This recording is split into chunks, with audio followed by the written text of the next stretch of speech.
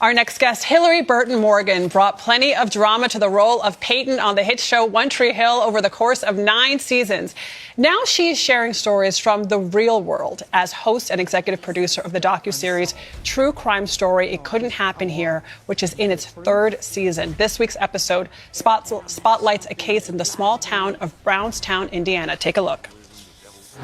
In 2021, a young 23-year-old mother, Tanisha Chappelle, is a detainee here in the Jackson County Jail.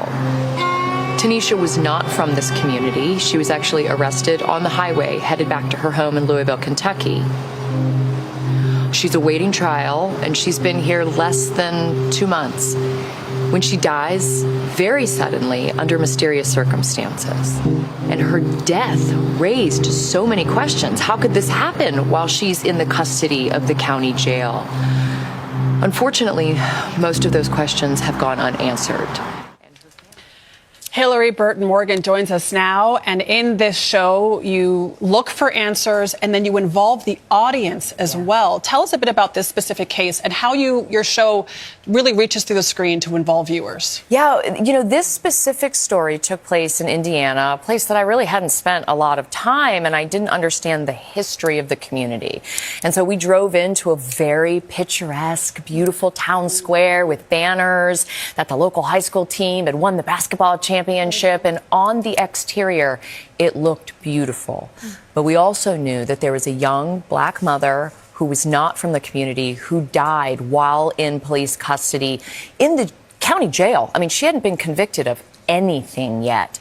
And so it raised a lot of questions and also made us take a look at the history of the community.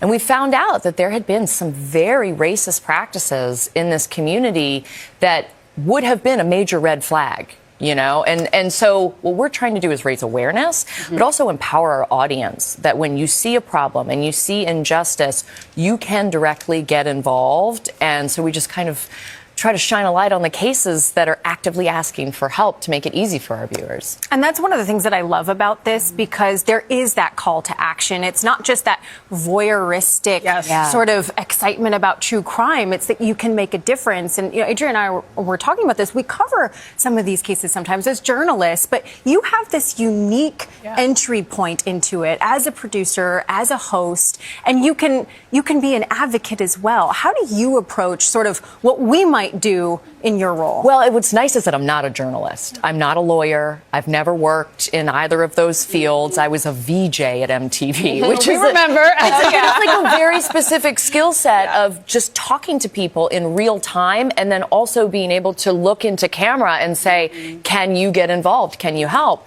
And so for me, I'm allowed to have a bias. I'm allowed to have an opinion. I'm allowed to ask the infuriating questions that I know the viewer at home is asking. So it is a different set of rules, but I think people are looking for an opinion these days. People are looking for someone to take a stance. And so on our show, we offer up every single angle of the story. We talk to law enforcement, we talk to family members, we talk to community members, we talk to attorneys, and we let the viewer at home decide how they feel about things, because we understand the viewer is intelligent. They're going to come to their own answer.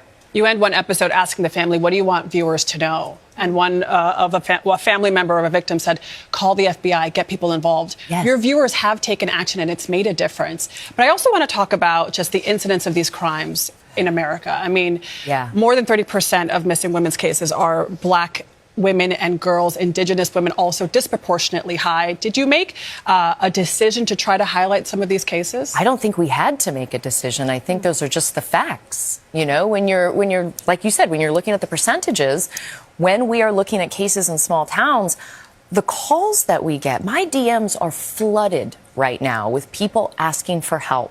And the violence against women, against marginalized communities, just far outweighs any narrative that has been put into the media before about stranger danger. It's not stranger danger, it's someone you know.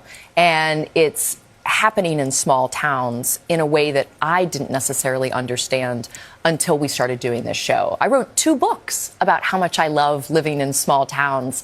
And so to know that there's this underbelly You have to pay attention to it and address the toxicity, or it destroys the entire relationship. What is it about small towns? What's the complexity specifically about a small town? It's the power dynamics, right? When you all know each other and you went to high school with the sheriff, and the sheriff's nephew is the one who's the drug dealer in town, and you have all of these very interconnected lives, it makes it so easy for corruption to take root. And then what was shocking to me is that state and federal oversight can't come in unless they're invited in by a sheriff.